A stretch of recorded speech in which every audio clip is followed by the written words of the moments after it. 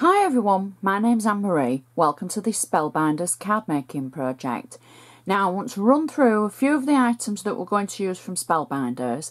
Everything I do use will be in a list on my blog, so please check my blog out for more information and photos of the finished projects as well as photos of the insides as well, and that might help give you more ideas.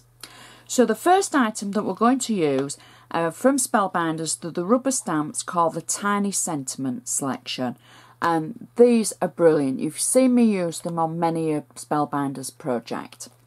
Secondly, we're going to use Labels 54, very versatile and well worth putting in your stash.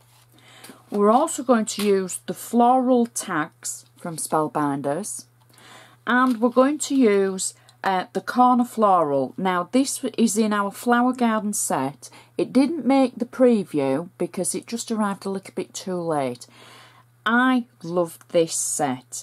There's 6 dies in this set and you get the inner die and the outside die, so it's twice as versatile, and you'll see what I mean as we go on and use it. So this is actually from the flower garden set that we've been using over the last few weeks. So now we shall get on and get creative. Now the first thing that we're going to need is our base card, and this is a 7x5" card, and it's actually a landscape card, and it opens down one side rather than the normal 7x5 opening portrait side. So it's a white card, and as always I'm going to use my bone folder to make sure I've got a nice sharp score along the edge, because I want to make sure it's going to sit proud on the mantelpiece. Now as I go through this, I've used some colouring techniques and I will explain what I've done as we go. So for the inside, the first thing I've done, I've taken 2 pieces of copier paper, and this is cheap copier paper. I've scribbled on them both in tones of blues because our card is going to be blue coloured, and I've just cut 2 squares and then I've put them through the Xyron to get adhesive on the back of them, and we're going to need these for our insert. Now the main section of our insert I've cut to fit the inside of the card, as always, as an insert would. Oops, out of focus and out of shot. So that would fit in. But what I've done is, using the floral rose die, I've used the inside section to cut out 2 roses at either side. But when you see the dies, and I mean you get the inside and the outside edge would cut out the full rose like this, or you could create a layer with it. So I've used just the inner to get the pattern on the inside of the insert panel. I've stamped using one of our tiny sentiment stamps, and now what I'm going to do is I'm going to take the 2 pieces of copier paper that I've put through the Xyron, and I'm going to position them over the back of the aperture roses that we've cut into the insert.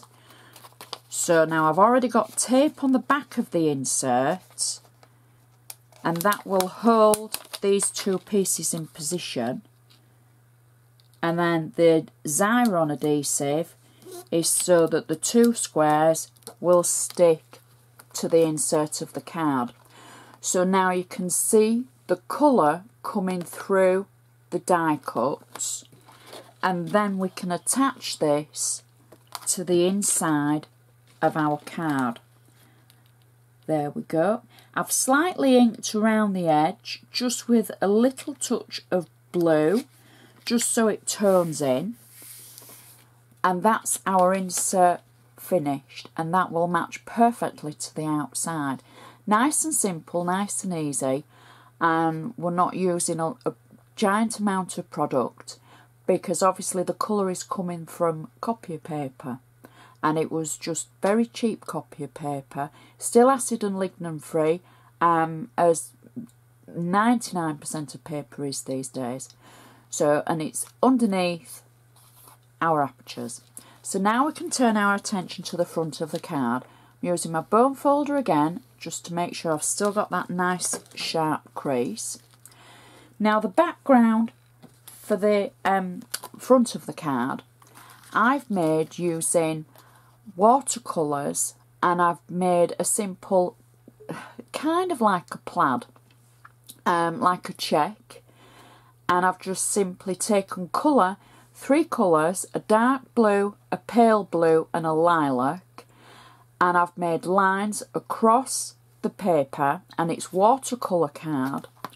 Made lines across the paper and then repeated the lines and repeated the lines, and then I've taken a water brush across the lines I've made, and then I've repeated the process the other way, and it's kind of given it a plaid look.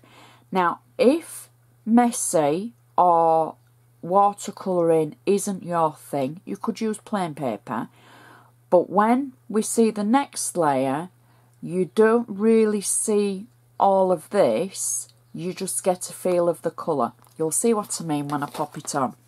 So you maybe sat there at home thinking, oh, what's she doing? This isn't like Anne-Marie, this is, you know, a bit colourful. But as we go along, it will all become clear. So peel off the back of the tape, and so now I'm just going to position this through the centre of my card, like so. There we go, press it down. And it's nice and colourful as it is. You could just stamp a sentiment on there and off you go.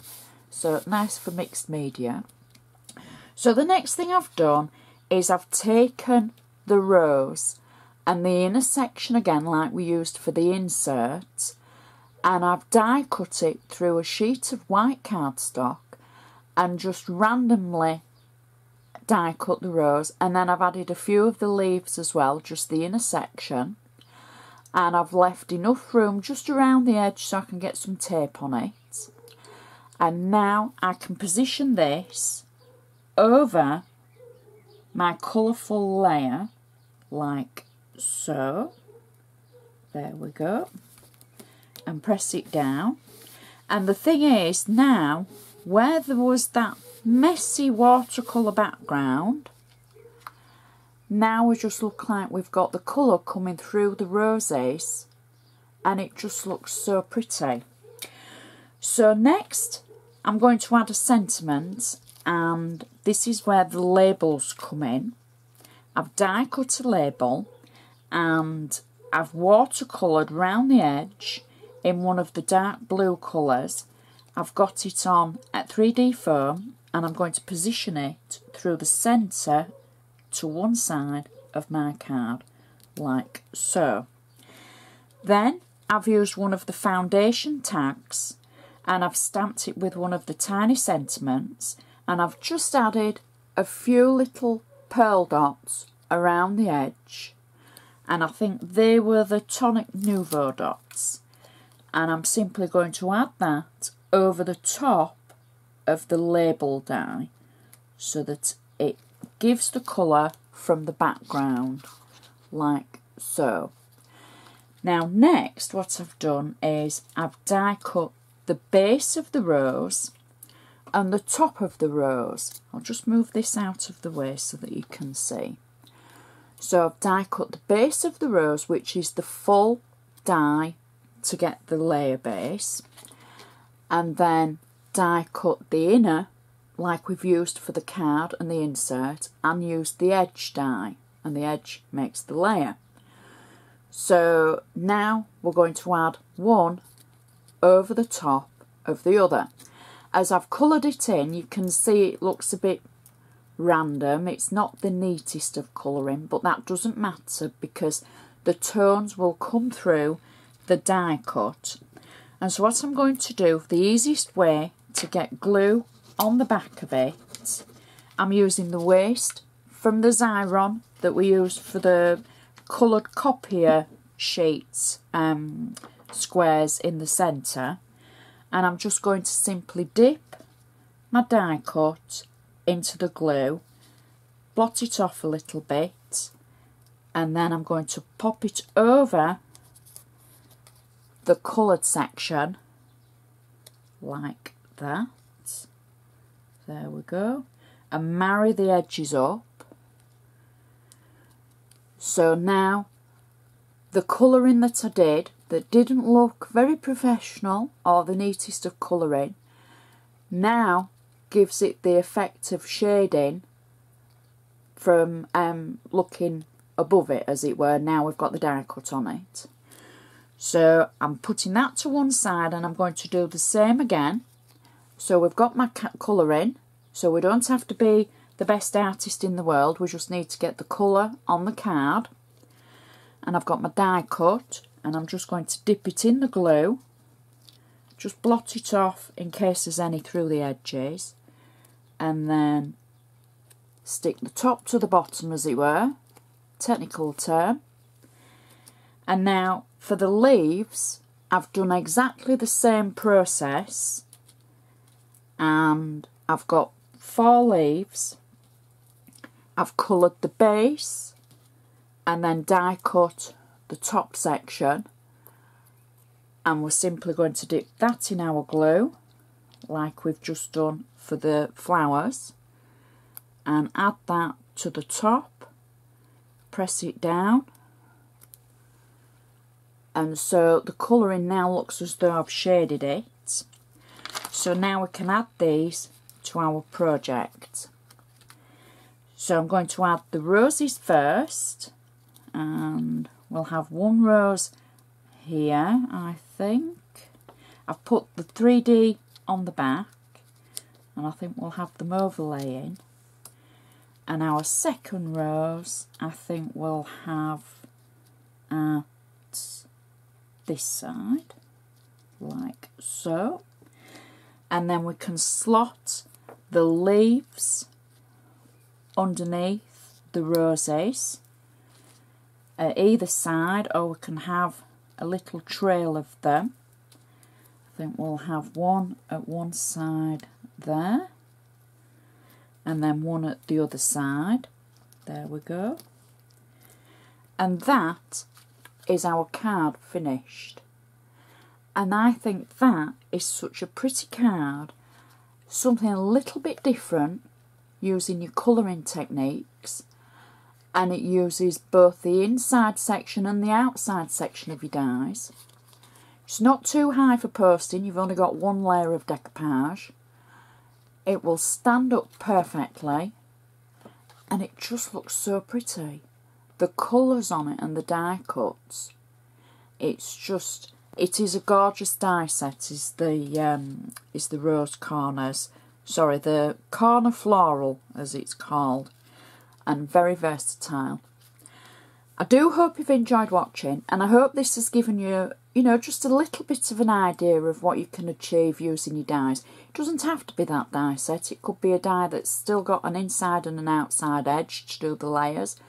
Something just a little bit different. Please check my blog. Give me the thumbs up if you've enjoyed this. Please share, share with your crafty friends. Let's get more people involved in crafting, because it's such a great hobby. I love hearing from you, so I love hearing your messages, and I love hearing what you think. So thank you so much for watching, and I shall see you next time.